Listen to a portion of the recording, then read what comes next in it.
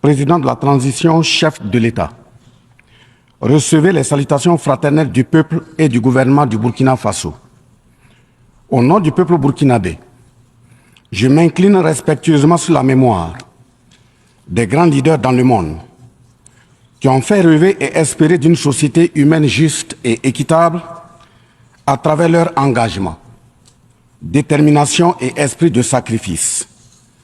Je cite notamment Fidel Castro de Cuba, Patrice Émeric Lumumba du Congo, Modibo Keïta du Mali, Ruben Unyobé et Félix Moumié du Cameroun, Sylvanus Olympio du Togo, Che Guevara de l'Argentine, Martin Luther King et Malcolm X des États-Unis d'Amérique, Nelson Mandela de l'Afrique du Sud, Jomo Kenyatta du Kenya, Amilcar Cabral de la Guinée-Bissau et des îles Cap-Vert, Marianne Ngouabi du Congo-Brazzaville, le capitaine Noël Isidore Thomas Sankara du Burkina Faso, etc.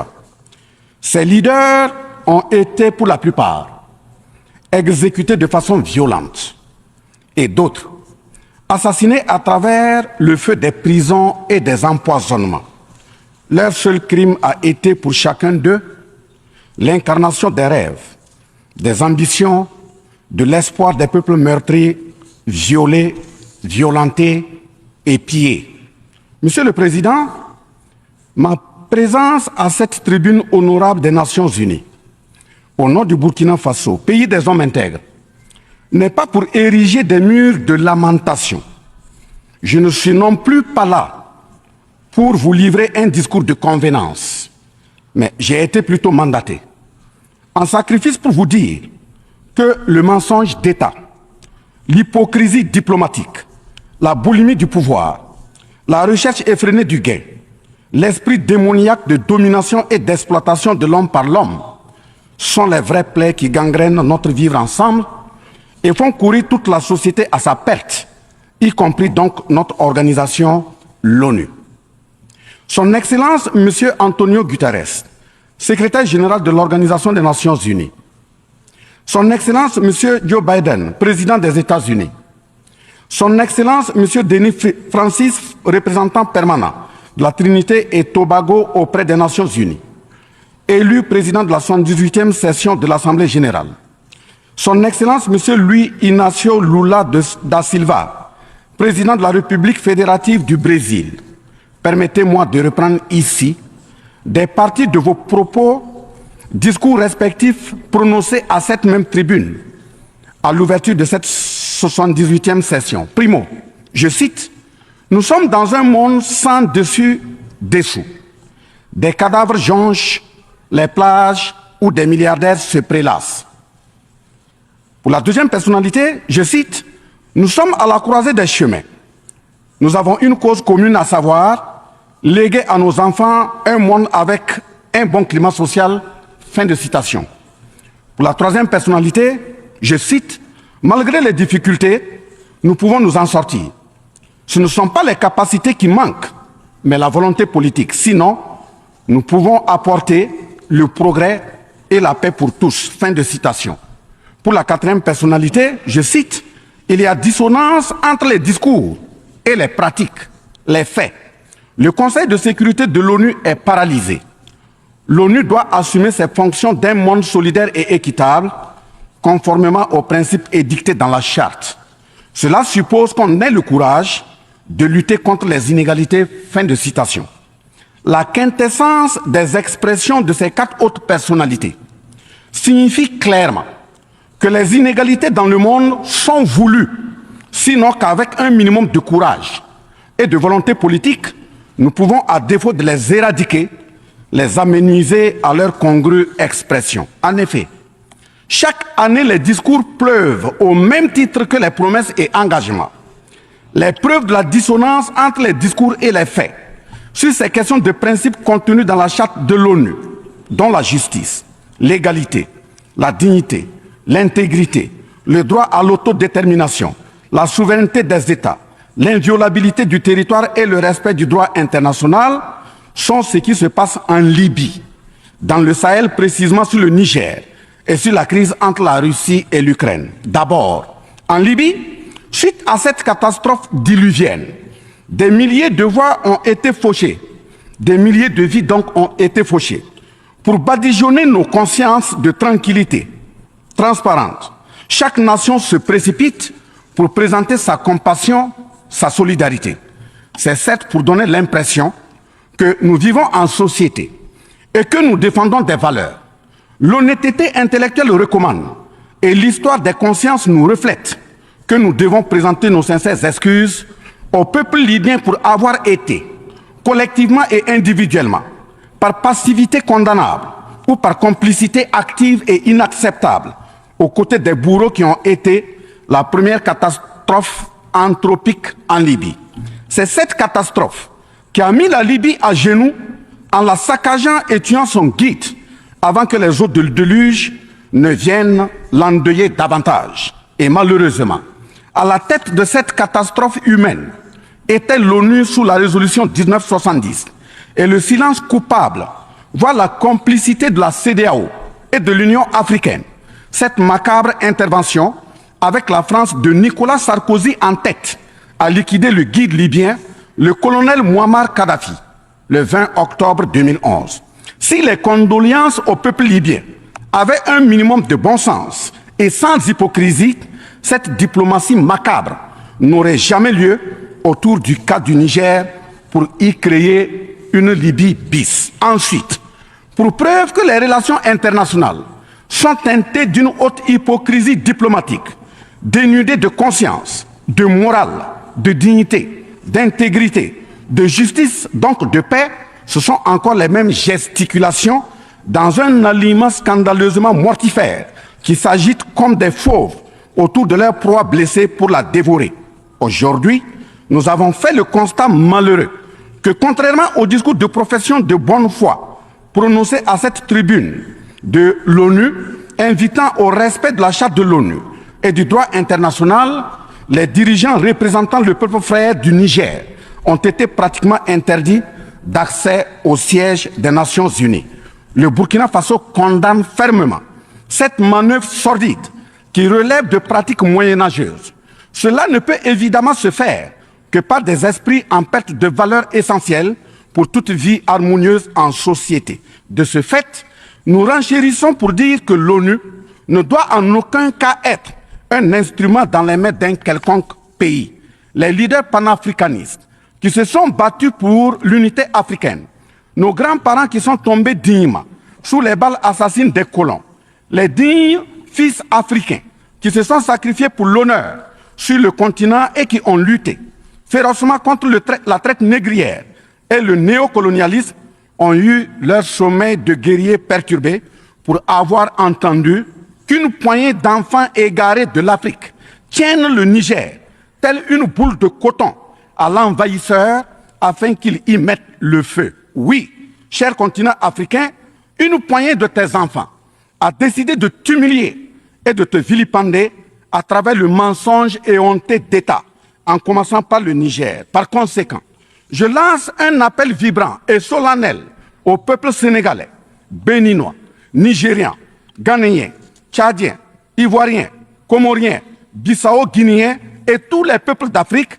à se mobiliser davantage dans la fraternité et la solidarité africaine afin d'éviter que les impérialistes mettent le feu au Niger, comme le cas de la Libye.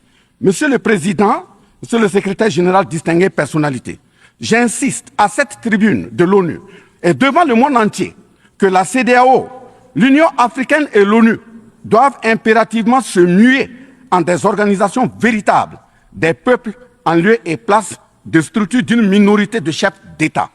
Elles ne doivent pas être utilisées et instrumentalisées pour déstabiliser des pays frères en assassinant leurs leaders.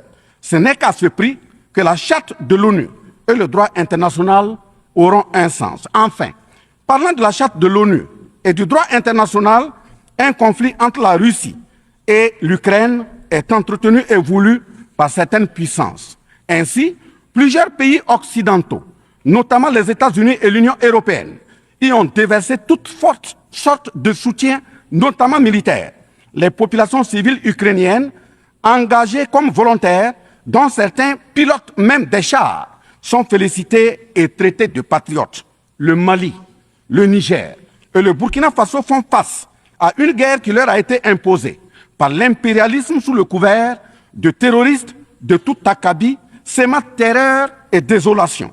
Malgré l'existence de cette même charte des Nations Unies, avec ses principes d'égalité, de justice d'une part, et d'autre part, le même droit international invoqué à cette tribune de l'ONU, il y a nettement un fossé abyssal dans le traitement des questions. En effet, prenant le cas du Burkina Faso, les populations civiles, face aux incursions barbares et meurtrières des terroristes, ont décidé de s'engager aux côtés des forces de défense et de sécurité.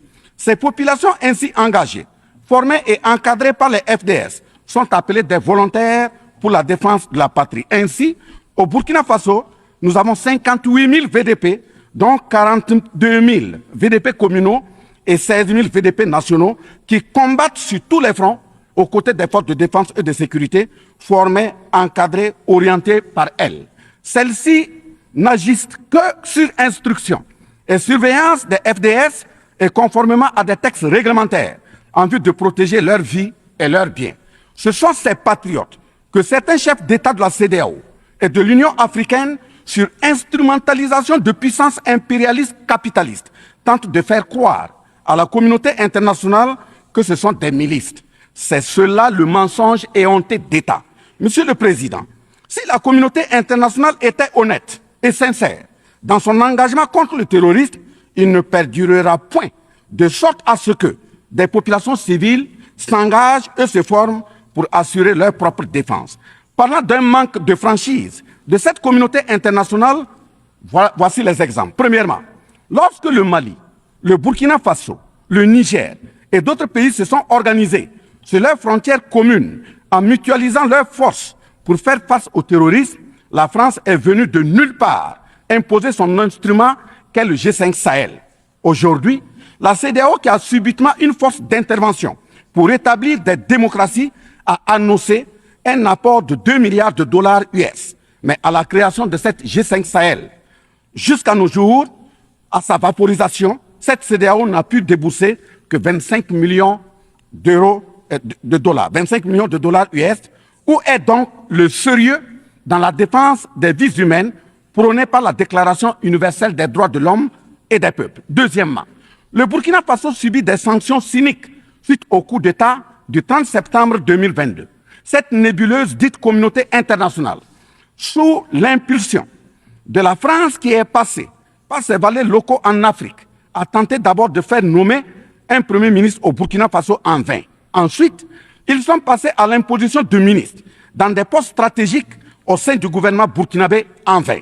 Et enfin, ils ont négocié le maintien des relations afin que le capitaine Ibrahim Traoré mette en œuvre tout ce qu'ils décideront, condition sine qua non d'une durée à souhait au pouvoir. L'ayant aussi refusé, au nom de l'intérêt supérieur de son peuple, une avalanche de mesures répressives, de menaces, de tentatives de coup d'État, manœuvres immorales sont en élaboration dans des laboratoires criminels. Et malheureusement, toutes ces manœuvres et missions macabres sont pilotées en marionnettes téléguidées par des personnages de couloir présidentiel africains.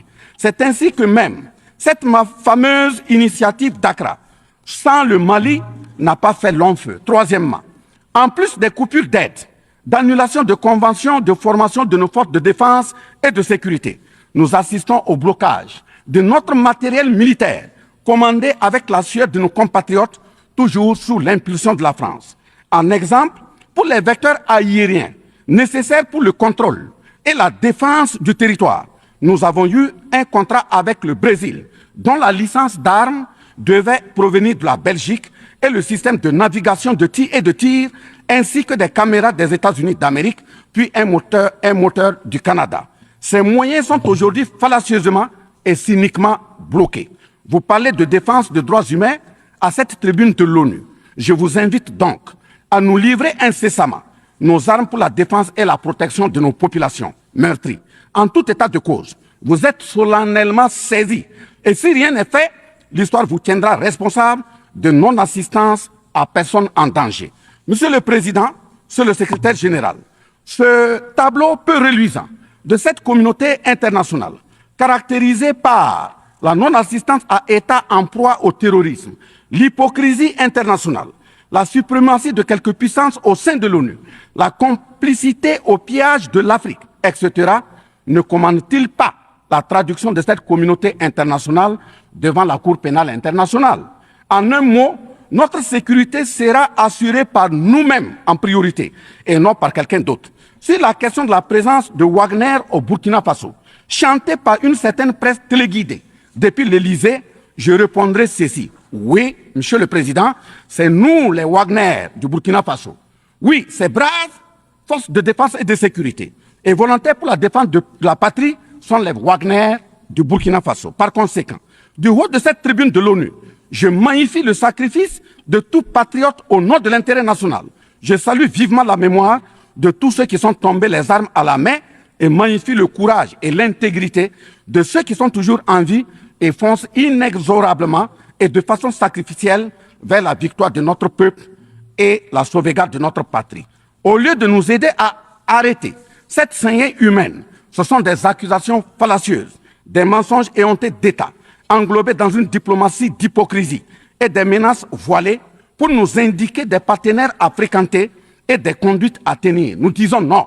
Au nom de la même charte des Nations Unies et du droit international que vous évoquez tous et toutes ici à cette tribune, les peuples africains en général et sahéliens en particulier sont résolument engagés à assumer absolument et pleinement leur émancipation totale pour un progrès social véritable. Ainsi, le Burkina Faso liera de façon souveraine ses partenariats avec qui il veut et achètera ses moyens de défense avec qui il veut. Qu'un pays s'appelle Russie, Iran, Turquie, Azerbaïdjan, Cuba, Nicaragua, Corée du Nord, le Burkina Faso y achètera et y vendra librement ses produits sans intermédiaire, encore moins une autorisation de qui que ce soit. Et cela advienne que pourra. Monsieur le Président, Monsieur le Secrétaire général, parlant toujours d'hypocrisie et de mensonges d'État, dans cette question de lutte contre le terrorisme, en général et dans le Sahel en particulier, voici d'autres faits que vous n'ignorez certainement pas et j'en suis certain. Primo, dans le Sahel, nous avons près d'une dizaine de milliers de soldats d'armées étrangères, composés en majorité de soldats français, mais également des soldats américains, allemands, italiens, etc., avec des armes, des matériels volants et de surveillance des plus sophistiqués au monde. Et malgré tout, personne ne voit des colonnes de centaines de terroristes se déplacer pour aller servir la désolation et la mort, souvent avec des armes inimaginables. Au Mali, au Niger et au Burkina Faso, il n'y a ni usine de fabrique d'armes, ni de munitions. Qui recrute donc ces terroristes? Qui les entraîne? Qui les dote en permanence? Qui les nourrit et avec quels moyens? Croyez-vous à cette philanthropie au nom de laquelle des Occidentaux vont envoyer leurs militaires au Sahel mourir pour des beaux yeux des Sahéliens? Si oui, qu'est-ce qui justifie les énervements et autres gesticulations puériles et diplomatiques dès qu'on dit à la France de déguerpir militairement? La vraie raison, ce sont les ressources du sous-sol au Sahel. En effet, l'Assemblée nationale française a voté la loi numéro 057-7-27 du 10 janvier 1957, parue dans le journal officiel de la République française du 12 janvier 1957, portant création de l'Organisation commune des régions sahariennes, OCRS, qui regroupe des parties du Mali, du Burkina Faso, du Niger, de la Mauritanie, de l'Algérie, etc. Cette zone n'a jusque-là pas d'égal dans le monde en termes de richesse de sous-sol. À titre d'exemple, la nappe phréatique la plus importante va de la Mauritanie à la Somalie, en passant par le Mali, l'Algérie, la Libye, le Niger, etc. Le journal Le Monde du 23 juillet 1957 avançait le chiffre de 6 à 7 millions de tonnes de pétrole comme production potentielle annuelle du Sahara. En plus de ces ressources naturelles, nous avons l'uranium, l'or, le cobalt, le zinc, le diamant, le lithium, le cuivre, etc. Si vous, les Occidentaux, vous aimez tant les Sahéliens pour y amener vos militaires, mourir au nom de la démocratie, de la liberté, des droits humains et de la paix, pourquoi tout le continent africain, qui compte 1,3 milliard d'habitants, dont le deuxième continent le plus peuplé, avec 30 415 873 km² et 54 États, n'a aucun siège permanent au sein du Conseil de sécurité avec un droit de veto. N'est-ce pas là, au-delà d'un crime d'État, un crime onusien? Donc, acte aux mentions diplomatiques grossiers consistant à dire que ces puissances impérialistes viennent au Sahel pour défendre la démocratie et des droits humains. Parlant de droits humains, je vous rappelle que la première charte au monde sur cette question de droits humains de l'homme est bien celle de Kouroukan Fougan de 1236 au Mandé actuel Mali. De ce fait que les moralisateurs expansionnistes gardent leur rhétorique de respect des droits humains à géométrie variable pour leurs terroristes qu'ils encadrent. Secondo, l'Afrique n'aime pas comparer les morts. C'est un manque d'éducation que de le faire. Par conséquent, je m'incline respectueusement sur la mémoire de toutes les nationalités ayant perdu la vie en Afrique en général et au Sahel en particulier. Ainsi, sur les sorties hasardeuses, condescendantes et malheureuses du président de la République française Emmanuel Macron, et qui frise souvent le ridicule, tout en se glorifiant d'une hypothétique condescendance sur les peuples africains, je m'impose le devoir de lui faire un petit cours d'histoire sur sa propre histoire. Voilà pourquoi les salles de classe sont faites pour que les enfants apprennent les cours et grandissent bien, que de s'adonner à autre chose, au risque de se perdre à jamais. Mais pour commencer, je précise qu'aucun peuple africain ne s'est opposé au peuple français. Il n'y a pas donc de sentiment anti-français en Afrique. Il n'y en aura jamais du fait de notre légendaire hospitalité et amour du prochain. Il y a que les peuples africains refusent la condescendance, l'arrogance, l'insolence, la suffisance, le paternalisme, le pillage de ses ressources et le crime organisé. En effet, pour votre mémoire, Monsieur Emmanuel Macron, d'abord, je rappelle l'appel à travers la BBC en Angleterre le 14 juin 1940, lancé par votre propre grand-père, le général de Gaulle, à l'endroit de l'Afrique pour venir sauver la France des griffes des nazis. Comme rappel, nous avons 17 000 Maliens morts pendant les 2 guerres mondiales, d'une dette de sang que la France semble avoir occultée. S'ils le veulent, qu'ils aillent dans le livre confère livre de Bakary Kamian, professeur agrégé de l'université Sorbonne. J'ajoute dans ce même document, à la page 344, au tableau 21, les vétérans soudanais des 2 guerres. Il en résume un total du Burkina Faso, du Mali et du Niger à 82 208 combattants qui sont tombés. Et au niveau de l'Afrique occidentale française, il y a eu 154 519 combattants mobilisés, qu'ils se confèrent donc aux sources Henri Léger, et rapport de fin de mission en AOF Dakar, le 13 juin 1950, archives du Sénégal, code 4 D 68, entre parenthèses 89, voire annexe 5. Ensuite, le 17 novembre 1986, François Mitterrand, président français d'alors, en réponse au capitaine Thomas Sankara, disait ceci, je cite, « L'Afrique a été pillée. J'ai parlé de matières premières. J'aurais dû parler des hommes. Pendant des siècles, on vous a exploité humainement. On a volé vos hommes, vos femmes, vos enfants. On s'est servi de vous. Je comprends votre refus, votre révolte, et j'approuve votre combat. Vous avez raison de refuser d'être un continent sacrifié. Le moment est venu où vous devez vous-même développer vos économies à partir de ces biens et de ces hommes. Et le devoir de ces pays qui ont profité abusivement du travail africain, c'est de restituer à l'Afrique une part de ce qui a été pris au travers des siècles derniers. Fin de citation. Effectivement, l'Afrique a toujours été vachement pillée, mais elle reste riche en hommes, en valeur et en richesse minière. Pour preuve, parlant de ses ressources minières, l'Afrique, c'est 30% des ressources minérales mondiales, 40% des réserves d'or, 33% des réserves de diamants, 80% des réserves de coltan, 60% des réserves de cobalt, 55% des réserves en uranium, etc. C'est pour la défense ferme de cette Afrique que la jeunesse africaine est plus que jamais debout.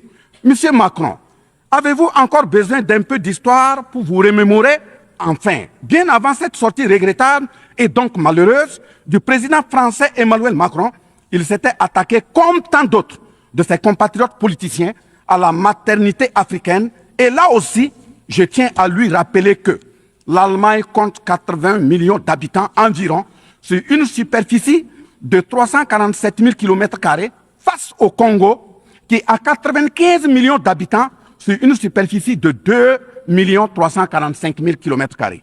Deuxièmement, la Belgique compte 11 millions d'habitants sur une superficie de 30 000 km² face au Gabon, qui a 2,5 millions d'habitants sur une superficie de 267 000 km². Troisièmement, la France compte 68 millions d'habitants sur 672 329 km² face à la Namibie, qui compte 2,5 millions d'habitants sur une superficie de 825 000 km². C'est fort de tout ce qui précède que, justement, Aimé Césaire, paix à son âme, disait, je cite, « L'Afrique est le seul continent au monde où les populations chantent et dansent et applaudissent pour ceux qui les appauvrissent, les affament et les torturent. Le malheur de l'Afrique, c'est d'avoir rencontré la France. » Fin de citation.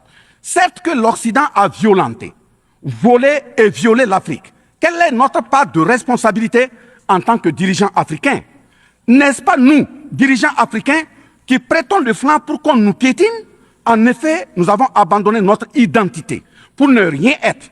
Nos noms ont disparu pour faire place à d'autres noms importés et qui ne collent pas à nos réalités. Il nous faut reconquérir notre culture. Nous avons singé en copiant l'Occident, en monogamie. Voilà qu'aujourd'hui, on veut nous faire croire que des contre-valeurs, des attitudes contre la nature relèvent du ressort de la liberté. Il ne sera pas question d'homosexualité en Afrique. Je le répète, il ne sera pas question d'homosexualité chez nous. Monsieur le Président, ce qui vient d'être décrit sont les étiquettes profondément malheureuses d'une ONU aujourd'hui résumée qu'à sa portion de forme, car 1,2 milliard de personnes sont plongées dans la misère. 2 000 milliards de dollars US dans l'armement. 20 fois le budget de l'ONU dans le nucléaire. Sur les questions de développement, l'Afrique reçoit du FMI et de la Banque mondiale 34 milliards de dollars contre 160 milliards de dollars pour l'Occident. La paralysie du Conseil de sécurité de l'ONU, la paralysie de l'Organisation mondiale du commerce, la montée des tensions suite au repositionnement géostratégique. L'Organisation mondiale du commerce également encore bloquée. Le Fonds monétaire international FMI et la Banque mondiale qui fonctionnent en véritable usurier. L'Organisation mondiale de la santé qui est de plus en plus dominée par les firmes pharmaceutiques de rente, donnant ainsi une priorité commerciale que sociale aux vaccins tels que le vaccin contre la Covid-19. L'ONU qui devient de plus en plus l'ombre d'elle-même de par les tentatives de sa prise en otage par un conglomérat de puissances internationales impérialistes, brouillant ainsi la clarté et le sérieux dans ses prises de position, etc. Par conséquent, les peuples africains en général, et sahéliens en particulier, se battront vigoureusement pour que la CEDEAO, l'Union africaine et l'ONU soient des institutions au service véritablement des peuples du monde pour leur profonde émancipation et le progrès social véritable. Parce que ce sont les manquements de ces organisations, leur manque de sincérité, leurs décisions clientélistes et à géométrie variable, la couverture des tripatouillages constitutionnels avec leur lot de crimes, la promotion de la mauvaise gouvernance, le pillage, la désorganisation sociale et la corruption qui conduisent immanquablement au coup d'État, qui ne sont donc que des conséquences. Traitons donc les causes et les conséquences disparaîtront d'elles-mêmes.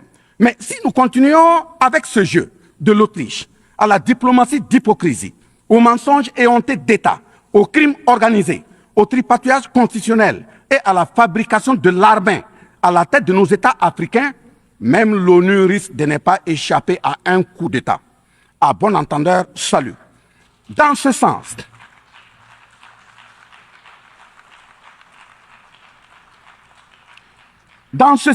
et afin de prendre leur destin en main, le Mali, le Niger et le Burkina Faso ont signé l'Alliance des États du Sahel, en abrégé AES.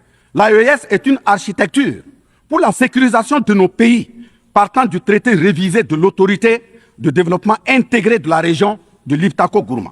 Prenant en compte la situation sécuritaire et surtout le manque de franchise dans le partenariat, il s'agit de compter sur nos propres ressources en recherchant la mutualisation de nos moyens et à œuvrer à faire disparaître les discontinuités dans les espaces de manœuvre opérationnels. Monsieur le Président, je vous signifie avec force et fermeté, dans une haute et intelligible voix que, primo, nous, peuple africain, sommes foncièrement démocrates. Pour preuve, notre attachement à la dignité humaine transcende la démocratie. Ce que nous refusons, c'est moins donc la démocratie que le piège de la démocratie qui nous est tendu. Ainsi, la démocratie électoraliste s'est avérée un moyen de contrôle de nos États à travers le jeu de chaises musicales de dirigeants très souvent imposteurs, corrompus, voleurs, violeurs de constitution, car étrangers au seul intérêt de nos États africains qui vaillent. Secondo, nous, Africains, sommes-nous aujourd'hui reconnus dans notre dignité d'homme, au sens de un homme égal à un homme? La réponse assurément est non, au-delà des convenances circonstanciées, pour nous endormir et mieux nous asservir. Triste pour le continent noir, reconnu scientifiquement comme berceau de l'humanité, mais dans la réalité humilié, placé sous contrôle dominé. Des indépendances factices aux guerres fratricides, de la démocratie électoraliste aux aides biaisées, des guerres de rapine au terrorisme malicieusement fabriquées, entretenues et injectées dans nos contrées africaines, notamment au Mali, au Burkina Faso et au Niger. Il y a une seule constante: nous dominer, maintenir le pied sur notre cou, tel le cas de notre malheureux frère George Floyd aux États-Unis, ici même. Est-ce cela la démocratie? Et il se trouve des partisans de cette conception étriquée de la liberté pour justifier intellectuellement l'asservissement et la barbarie contre nos peuples en lutte pour leur dignité et leur souveraineté au nom d'un principe paradoxal de liberté qui, in fine, assassine la liberté. Oh liberté, quel crime n'a-t-on pas commis en ton nom? C'est pourquoi nous décidons désormais de dire non. Non à tous ces amis qui veulent du bien au point de nous menacer de guerre pour imposer leur amitié. Nous adapterons notre démocratie tant brandie et chantée par des loups dans des pots de bélier afin de sécréter par nous-mêmes le leadership politique adéquat pour nos peuples en vue de leur bonheur. Oui, l'émancipation totale et le progrès social véritable pour nos peuples constituent la finalité de toute action, qu'elle soit politique, économique, socio-culturelle et ou sécuritaire. Troisièmement, les peuples africains en général, et ceux sahéliens en particulier, ont découvert des chaînes d'aliénation économique, sécuritaire, socio-culturelle matérialisées en accord secret avec la France et sont engagés à les casser pour leur émancipation véritable. Ce sont entre autres, premièrement, la dette coloniale.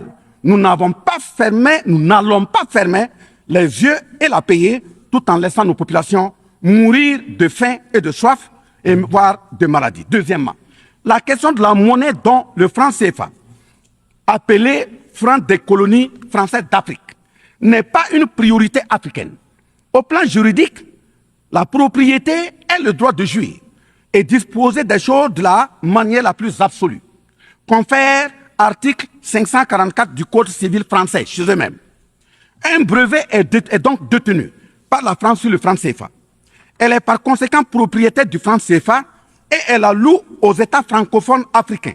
Ce qui est marrant en plus est que le biais produit par la France pour l'Afrique de l'Ouest diffère de ceux de l'Afrique centrale en valeur monétaire sous la même appellation franc CFA.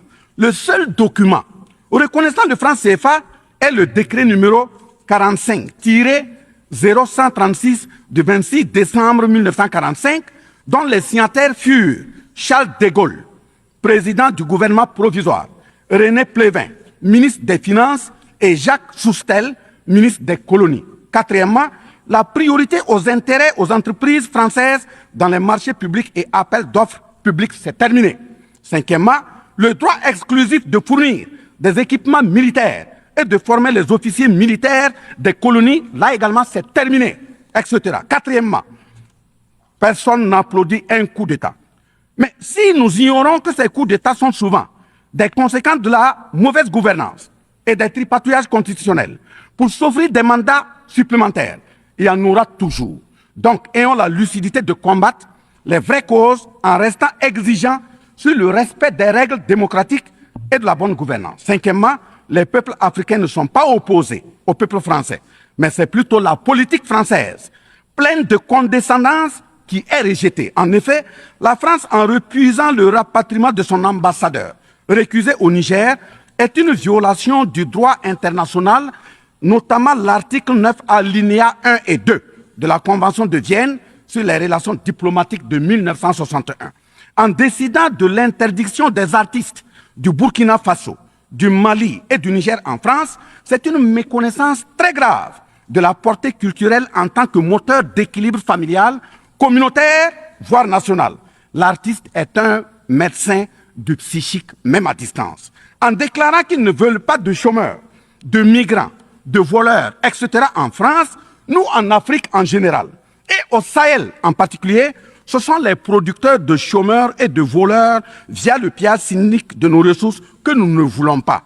Mais sincère reconnaissance au peuple du monde, à l'ensemble des personnalités à tous les niveaux dans le monde qui comprennent et accompagnent le Burkina Faso, le Mali et le Niger dans cette montée certes difficile, mais s'adhère totale sur le chemin de la pleine émancipation, l'expression de la dignité, de l'honneur, de la liberté, de l'égalité, de la prospérité, de la justice et donc de la paix.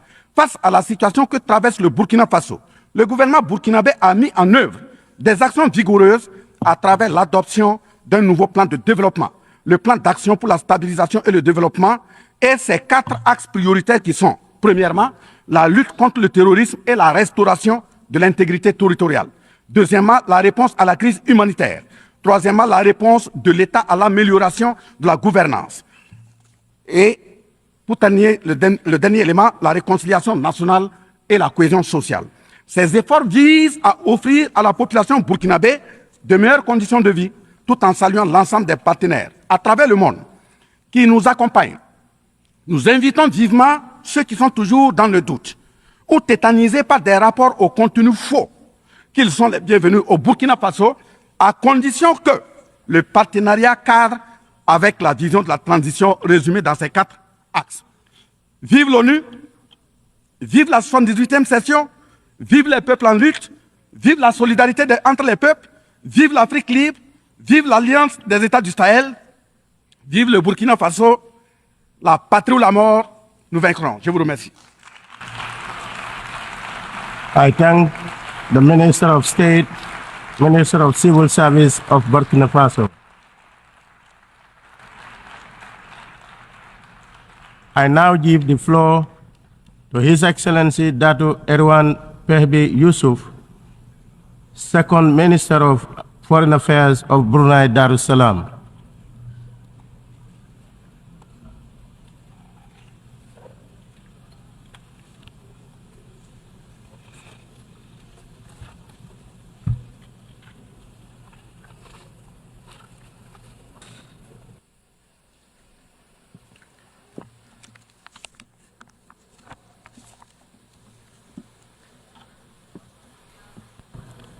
Bismillahirrahmanirrahim. In the name.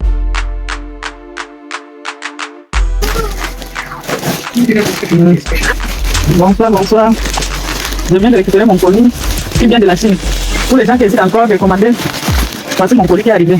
Je suis en train de déballer comme ça.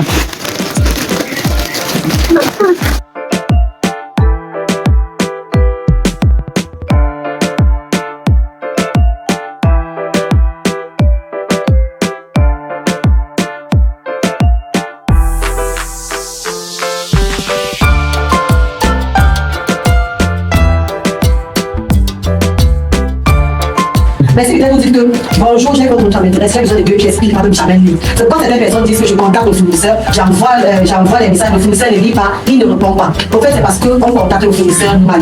Le chinois, c'est celui qui aime le business. Il aime les affaires. Parce que quand tu envoies comme ça, il va te saluer. Combien de pièces est-ce que tu veux? Il va te demander pas de poser cette question. Donc maintenant, le chinois maîtrise 2 langues, soit la langue chinoise. Troisième critère, il faut également vérifier s'il est un fabricant. Sur Alibaba, il y a ce qu'on appelle les trading companies. Les trading companies, ce sont ceux qui travaillent avec les entreprises.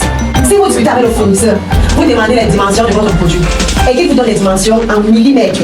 Comme c'est fait le cas, avec la discuté son fournisseur, le fournisseur donne les dimensions en millimètres. Lorsqu'il vous donne donc en millimètres, ce que vous allez faire, c'est que vous allez convertir en mètres. Il faut savoir que le volume se donne en mètres cubes. vous faites la conversion. Mais si vous avez parfois des difficultés sur la conversion, prenez donc ces 3 dimensions, vous les multipliez. Vous les multipliez et vous divisez par 1 milliard.